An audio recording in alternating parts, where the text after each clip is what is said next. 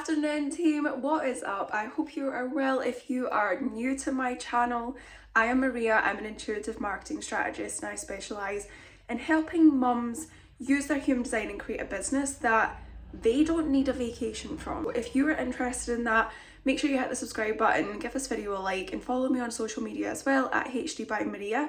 But today we are diving into the next day in our Manifesting Mama challenge. And it's coming to you a little bit later because I actually got so stuck into our client's marketing plan this morning that I was like, oh crap, half of the day has already gone. But what I'm really feeling is there's so many amazing manifestations that have been happening for the other mamas that I've been doing this challenge with.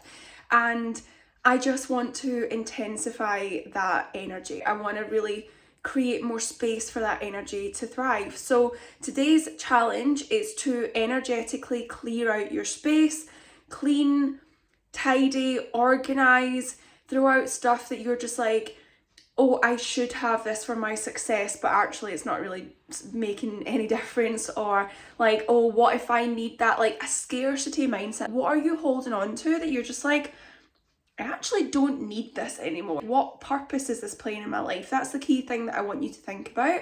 So I'm going to be super boring, but our oven just got fixed today. It's been broken for the past 2 weeks. And guys, I haven't had any chips or fries if you're American, but I have been craving them. Like my husband says they are one of my basic food group because I'm obsessed with them and I have them with like every meal. But our oven just got fixed this morning, so I am going to clean that out. And I've also sold my iMac, my big computer. I'm going to put the desk up for sale on Facebook Marketplace with the chair. I'm going to clear out that drawer and I'm just going to bring you along and also chat to you about something that's been on my mind.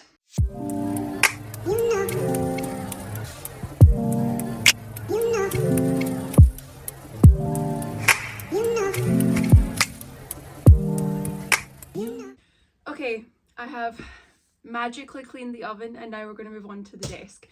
Now, the thing that I wanted to talk about was I've been doing a lot of serious digging into my human design. I always do this on a weekly basis in general, but whenever something comes up, either a specific theme from a new moon cycle or a full moon or the human design transits, or I don't know, like sometimes you just feel like a collective shift. And whenever these things happen, I always look at my human design because I want to understand like why it's affected me so in like such a specific way, or just what I can do to get unstuck from it. For the past 4 years, I would say, since like I really began to understand it and implement it, I've been coaching myself through everything.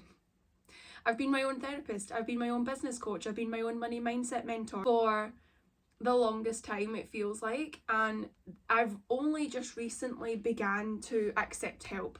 And I think one thing that really comes up for me a lot is like this.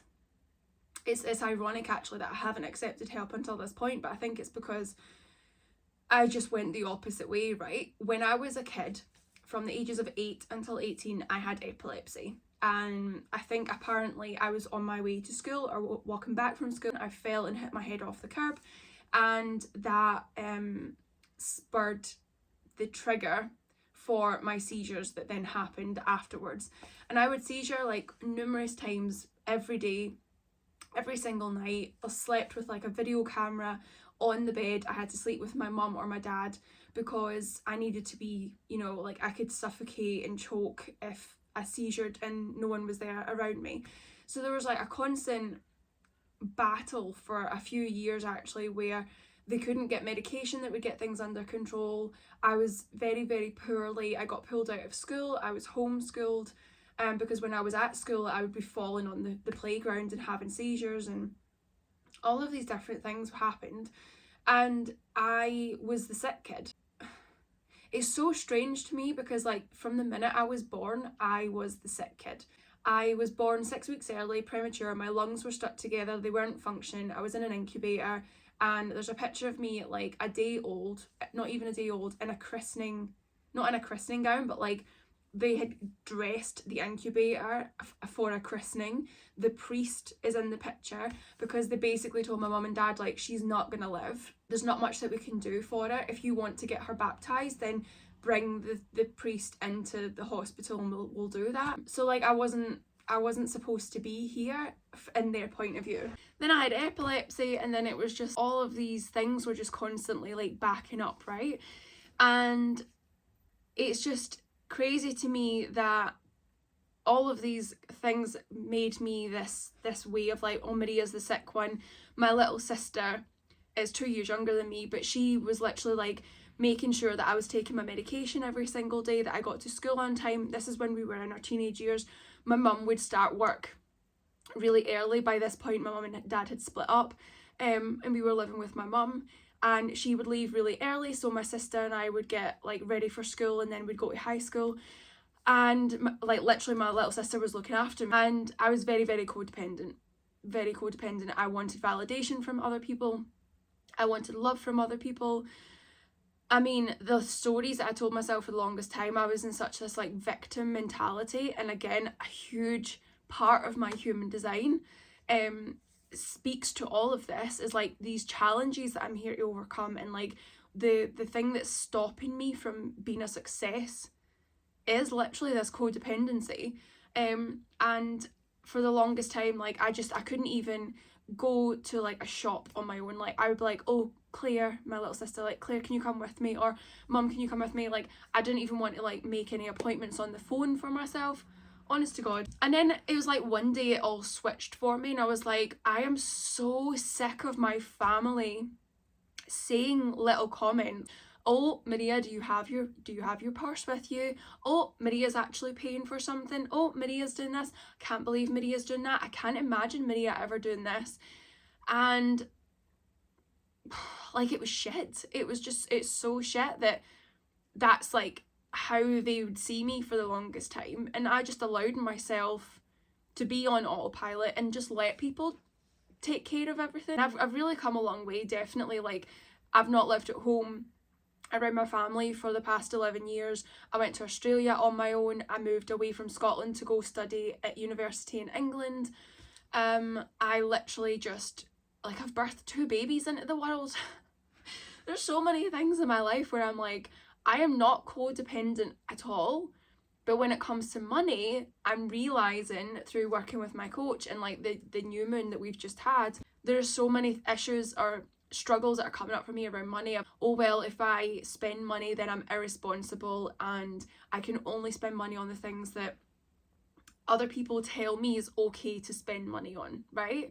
I mean, I even had an eating disorder when I was a teenager, and I would literally only give myself about 200 calories, and if I went over that, like, I would restrict, and if I went over that, even by like 20 calories, that was like a splurge. It was like a splurge to me, and I felt like I failed. And then my cousin had an eating disorder, but she was thinner than I was. She had more health problems that came from it, and I literally looked at her and I was like, oh my god, she's so much better at that than I am. Like, it makes me feel quite emotional thinking about it, because I feel like I've been punishing myself. I feel like I've been punishing myself my whole life. Kind of because I feel guilty that people had to look after me. And I feel like I've been punishing myself in little ways ever since then. And the thing is, like, you don't even realise half of these things until you go on an entrepreneurial personal development journey, and everything comes up and you're just, why have I let it go on for so long?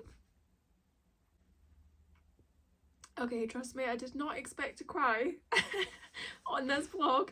I've not even cleared out the jar yet. But I think my point here is my whole impact and my purpose, my life purpose through my human design is to realise where I'm on autopilot in my life and make changes and not be codependent, and to actually realise that I am my own problem and my own solution. Like, I am here to fix what I need to fix and be the role model that I always wanted growing up. And that's not to say that my family and everyone around me wasn't a role model and everyone around me didn't do their best for me, but you know, there's certain things that I value, and I just want to be that person for me now. Like, I don't need someone else to validate me. I don't need someone else to be those things for me because I can do it for myself. But that doesn't mean that I'm not able to then stand up and say and like ask for help when I need the help. You know, there's a balance of not feeling like you have to do things and struggle for the sake of proving a point, but also not having to, you know, be codependent and have people do things for you and basically be like a child on autopilot in your own life as an adult at 32 years old with a mortgage and 2 children. Because I'm not that person anymore. I'm not that sick kid anymore. I'm not the person with the eating disorder. I'm not in that life anymore. I'm in a very different season in my life. And I'm very proud of what it is that I've achieved and what I continue to achieve. And, you know, that impact, that purpose that I have on myself, that's the impact and purpose that people get when I share these things as well.